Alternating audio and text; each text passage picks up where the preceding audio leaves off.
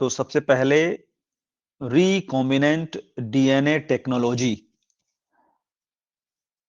Title है recombinant. री का मतलब होता है कि दोबारा से, कॉम्बिनेंट का मतलब कॉम्बिनेशन। हम कोई ऐसा कॉम्बिनेशन बनाएं जो नॉर्मल कॉम्बिनेशन है, उसको हम कुछ रीअरेंज करें, दोबारा से हम उसका कोई कॉम्बिनेशन बनाएं। और किसका बनाएं? डीएनए का। डीएनए की जो सीक्वेंसिंग है, जो उसमें अमाइनो एसिड्स लगे हुए हैं, जो कोड लगे हुए हैं, जो कोडॉन लगे हुए हैं, उनका हम सीक्वेंसिंग चेंज करें।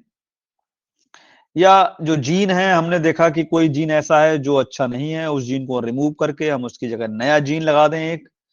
तो हमने क्या करा, हमने एक टेक्नोलॉजी का इस्तेमाल करा, और उस टेक्नोलॉजी को इस्तेमाल करते हुए डीएनए को दोबारा से रिकंबाइन कर दिया।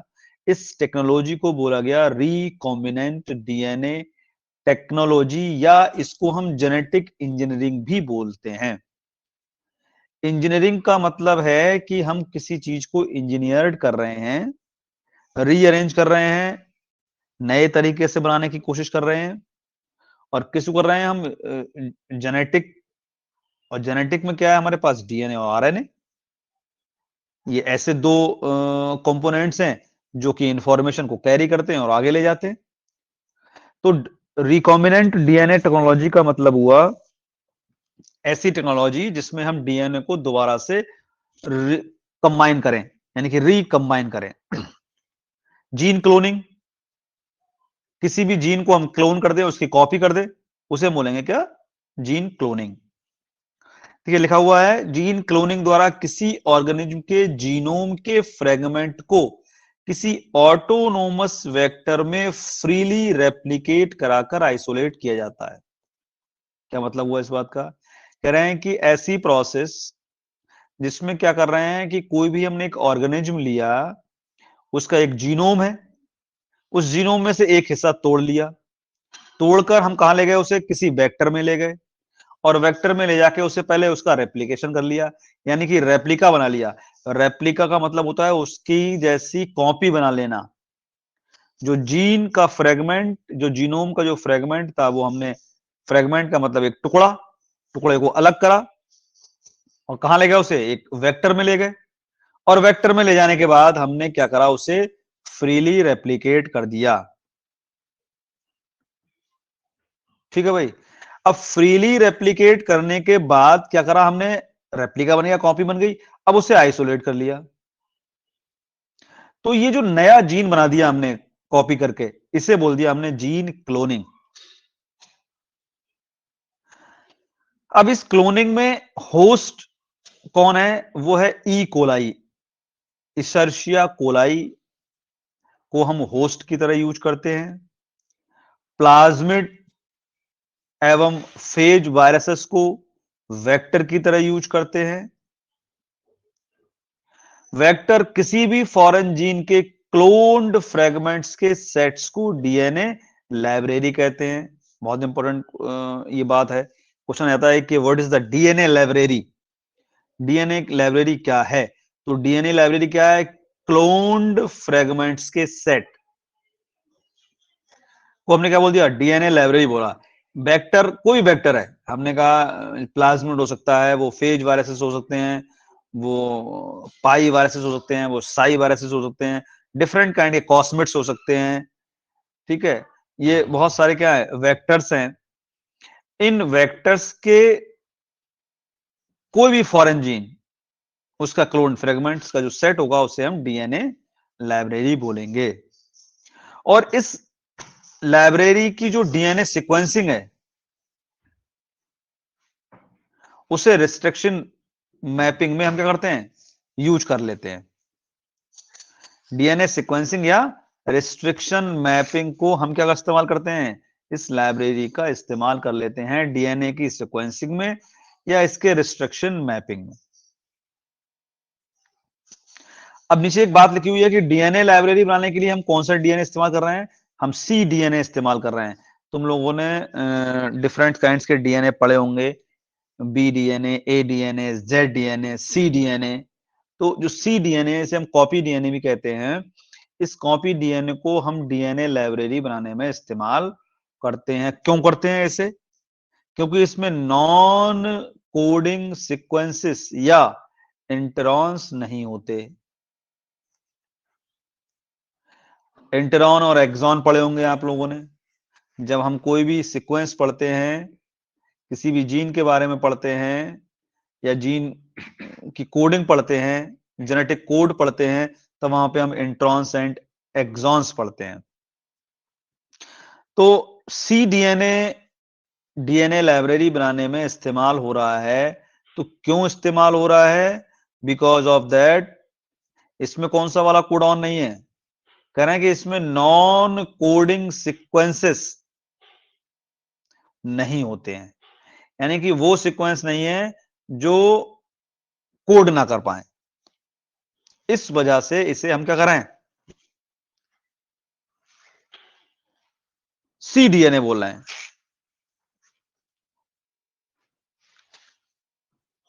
अब बात आती है रिस्ट्रिक्शन एंजाइम्स की। टूल्स कौन से इस्तेमाल हो रहे हैं? तो पहला टूल है रिस्ट्रिक्शन एंजाइम।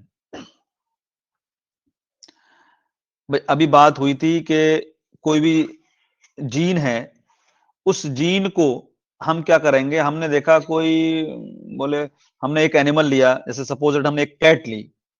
अब कैट को हमने देखा उसमें कि उसकी जो आईज हैं वो ब्राउन है।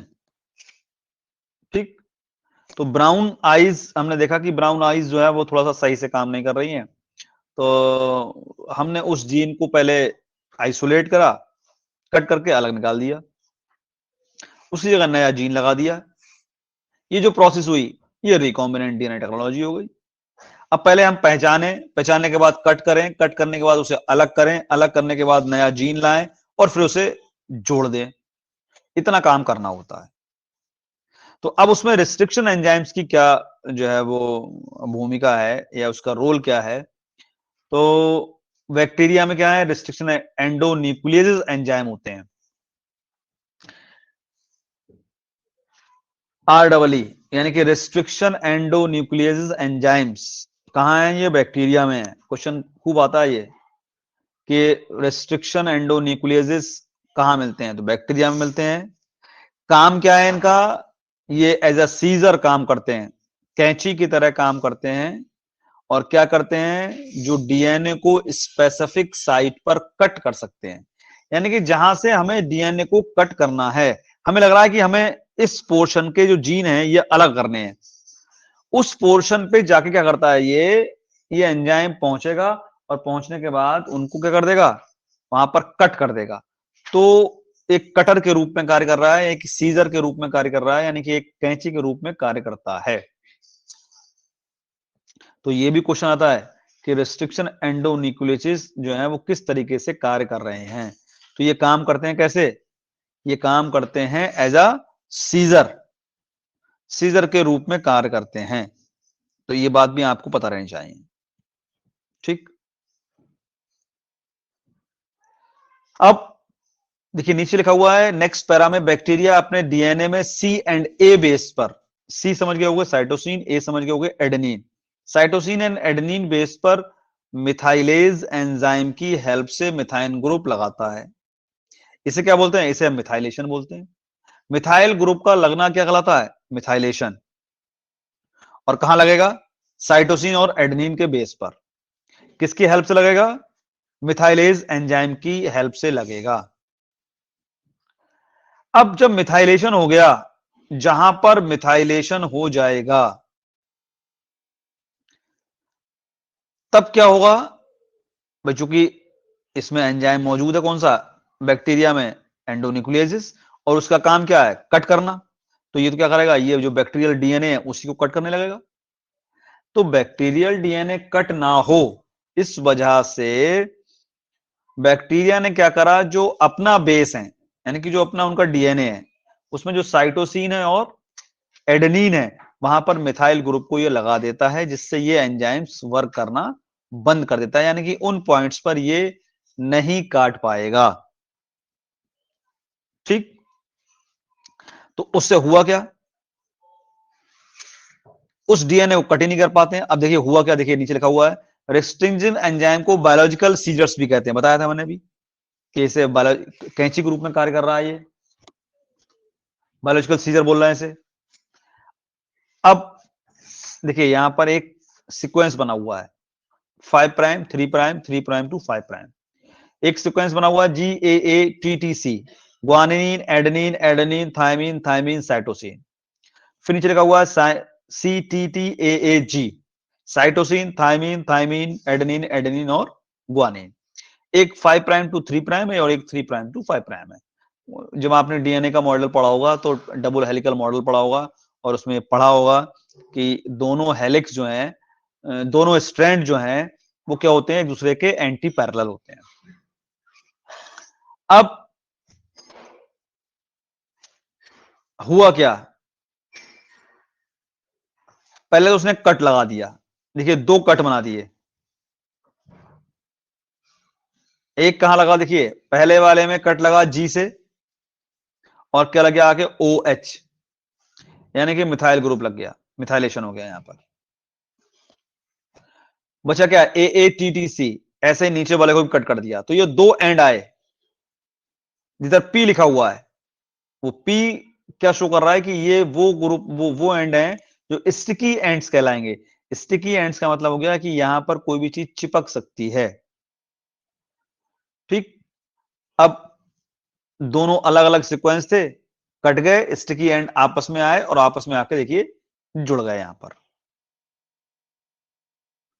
अब EcoR1 जो वेक्टर है वो कह रहा है कि डीएनए में 6 बेस पेयर पॉली एंड्रोमिक सीक्वेंसेस को रिकॉग्नाइज करता है। कितने बेस पेयर को, केवल 6 बेस पेयर को ही रिकॉग्नाइज करेगा, पहचानेगा कौन, EcoR1। डीएनए में EcoR1 कितने सीक्वेंस को पहचानेगा, केवल 6 बेस पेयर को ही ये पहचान सकता है, इसके आगे के बेस पेयर को ये नहीं पहचान पाएगा। ठीक, और जब डीएनए हम पढ़ते हैं तो सीक्वेंस कहां लगा होगा, 5 to 3 प्राइम होगा और 3 to 5 प्राइम होगा। 5 प्राइम की जो 5 प्राइम का जो एंड है वहां पर फॉस्फेट लगा होता है और 3 एंड पर OH लगा होता है। ठीक, तो अब कह रहे हैं कि प्रत्येक सीक्वेंस में, भाई उन्होंने कहा कि 6 बेस पेयर, तो डीएनए सीक्वेंस में उन्होंने कहा कि 4 की पावर 6 यानी कि 4096 बेस पेयर के बाद ये क्या करेगा, ये 6 बेस पेयर पॉलीएंड्रोमिक सीक्वेंस आता है। अर्थात कह रहे लिखा हुआ है कि EcoR1 द्वारा 6 बेयर पेयर्स के फिगमेंट्स बनते हैं, हमेशा 6 में से 4 बेस पेयर क्या बना लेगा, वो फ्रेगमेंट्स बना लेगा। फ्रेगमेंट्स का मतलब टुकड़े, काटे कहां से, 4 पर।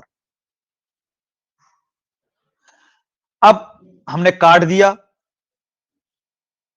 कुछ एंड स्टिकी बने, ये वो स्टिकी एंड है जहां पर दूसरा सीक्वेंस आगे क्या होगा, जुड़ेगा। और जोड़ता कौन है इन्हें, डीएनए लाइगेज जोड़ेगा। काटने का काम रिस्ट्रिक्शन एंडोन्यूक्लियेज ने करा और जोड़ने का काम कौन करेगा, डीएनए लाइगेज। तो 3 बातें याद रखनी है। पहली बात, एक एंजाइम जो काट रहा है, दूसरा एंजाइम जो जोड़ रहा है। ठीक, 2 बातें हुई, एक काटने वाला एंजाइम चाहिए हमें और एक जोड़ने वाला चाहिए। अब कोई जीन काटा हमने, हमारे पास 2 सीक्वेंस हैं, एक हमने मान लिया एक ए स्ट्रैंड है और एक बी जीन है, 2 जीन है, एक जीन ए है और एक जीन बी है। हमने कहा कि ए जीन में कुछ सीक्वेंस ऐसे हैं जो खराब हैं और बी जीन में कुछ सीक्वेंस अच्छे हैं जो अच्छे हैं। तो हमने खराब वालों को काट के अलग करना है और जो अच्छे वाले थे उनको काट के खराब वाले के साथ को रिप्लेस कर देना है। तो दोनों में काटने का काम कौन करेगा, एंडोन्यूक्लियेज। अब अच्छे वाले को खराब वाले के पास लाना भी है, तो वहां से लाने का काम कौन करेगा, वो काम करता है वेक्टर। तो 2 एंजाइम होंगे कि पहले काटेगा, वेक्टर लेके आएगा अच्छे सीक्वेंस को, और जब वो अच्छा सीक्वेंस आ जाएगा तो उसे जोड़ने का काम करेगा डीएनए लाइगेज। तो वेक्टर, डीएनए लाइगेज और एंडोन्यूक्लियेज। ठीक, वेक्टर कौन कौन से हो सकते हैं, जो लाने काम करेंगे इसे प्लाज्मिड है। और प्लाज्मिड क्या है एक्चुअल में, कह रहे हैं कि एक स्मॉल सर्कुलर डीएनए होता है, और सर्कुलर डीएनए आपको पता होगा ये कहां मिलता है, बैक्टीरिया में मिलता है। सेल्फ रेप्लिकेट कर देता है, ये अपने आप रेप्लिकेशन कर भी लेता है, इसे कहीं रेप्लिकेशन कराने की जरूरत नहीं पड़ती है। सबसे कॉमन वेक्टर है। रिस्ट्रिक्शन एंडोन्यूक्लियस द्वारा कट करके लीनियर करते हैं, जिससे इसके स्टिकी एंड्स बन जाते हैं।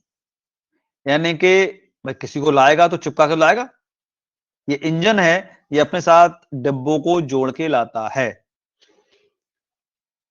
किसी भी फॉरेन डीएनए को कट करेंगे, स्टिकी एंड्स वाला फ्रेगमेंट इस सर्कुलर डीएनए के स्टिकी एंड से चिपक जाएगा।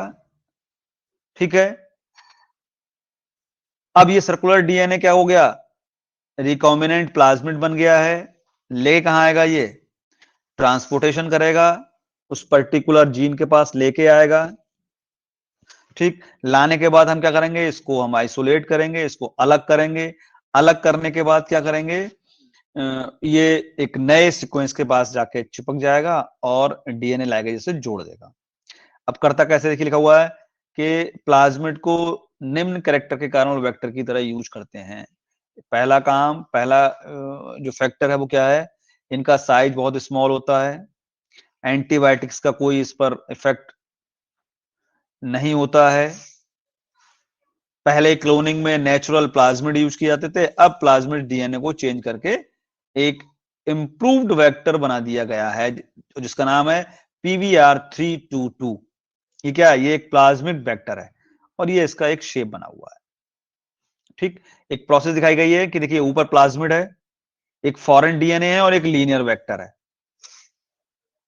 ठीक, इन दोनों को उसने चिपका लिया और कहां ले आया, देखिए रिकॉम्बिनेंट ट्रांसफॉर्मेशन हो गया और नई जगह ले आया ये, और वहां पर कल्चर करके इसको अलग कर लिया गया। ऐसे ही एक दूसरा वेक्टर आ गया कॉस्मेट। ये कहां मिल रहा है, ये बैक्टीरियोफेज की कॉस साइट से प्रिपेयर करते हैं। तीसरा वेक्टर वाईएसी वेक्टर आया, वाई ईस्ट से प्राप्त कर रहे हैं, ईस्ट आर्टिफिशियल क्रोमोसोम वेक्टर है, लार्जेस्ट डीएनए फ्रेगमेंट को क्लोन करता है ये, लेकिन ये अनस्टेबल है। बैक वेक्टर है, बैक्टीरियल आर्टिफिशियल क्रोमोसोम वेक्टर, ये भी लार्ज फ्रेगमेंट को कट करेगा, लेकिन है क्या, जो वाईएसी था वो अनस्टेबल था और बीएससी क्या, एक स्टेबल होता है। ठीक, तो ये भी क्लोनिंग के लिए बेस्ट है। तो पहला प्लाज्मिड, दूसरा कॉस्मेट, तीसरा वाईएसी, चौथा बीएससी, पांचवा है टीआई, एग्रोबैक्टीरियम से हम इसे प्राप्त कर रहे हैं, और फॉरेन डीएनए को प्लांट्स में क्लोन कर सकता है ये प्लांट में क्लोनिंग का काम करता है। तो ये तो हुई रिकॉम्बिनेंट डीएनए की आपकी प्रोसेस की, आखिर डीएनए की क्लोनिंग हम कैसे करते हैं। ठीक है भाई, अब कुछ सवाल। पहला सवाल,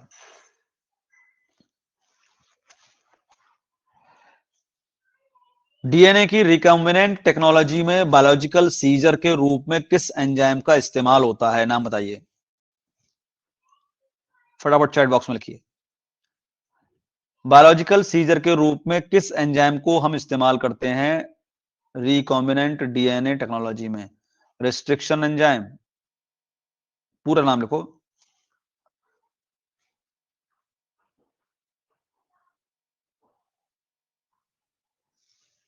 रिस्ट्रिक्शन एंडोन्यूक्लियस एंजाइम।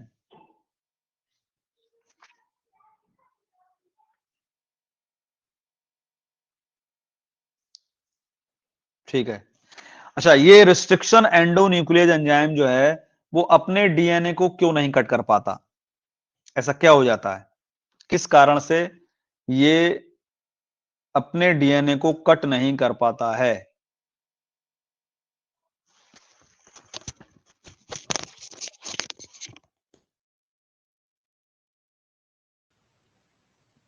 बताओ भाई,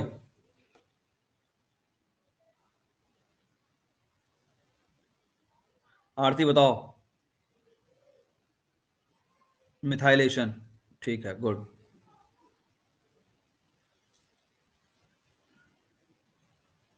अगला क्वेश्चन, उस वेक्टर का नाम बताइए जो लार्ज डीएनए को कट करता है, क्लोन करता है,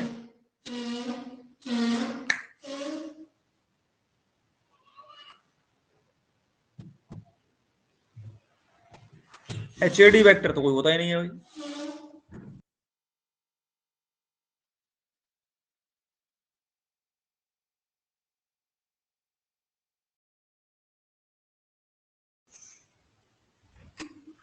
YAC, लेकिन अनस्टेबल है, ठीक है।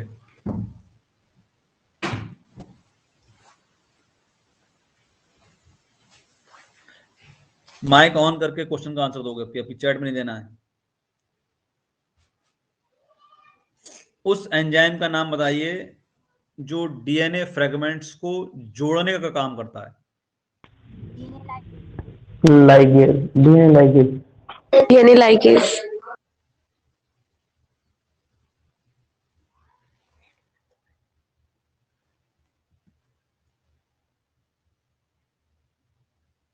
चैट में बताइए, आवाज नहीं आ रही तुम लोगों की।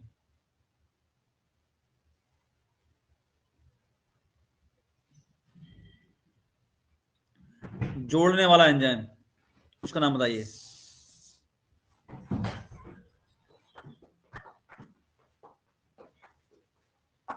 डीएनए लाइगेज, राइट, ठीक ठीक, गुड गुड।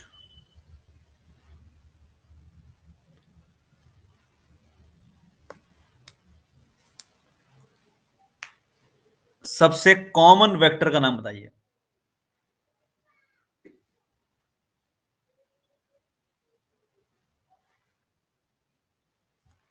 कॉमन वेक्टर,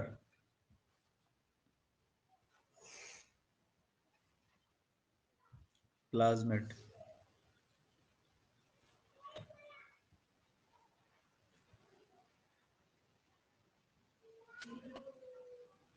ठीक है।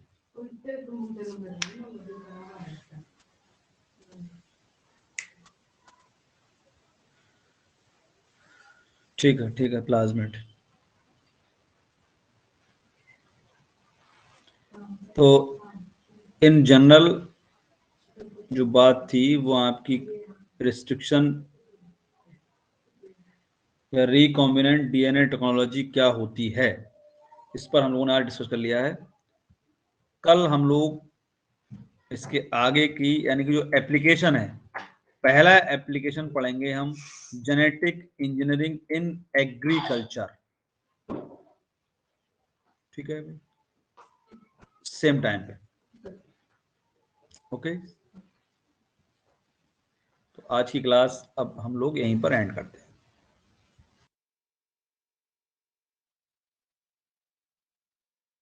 अगर किसी को कुछ पूछना हो तो पूछ सकता है, अदरवाइज एंड करते हैं।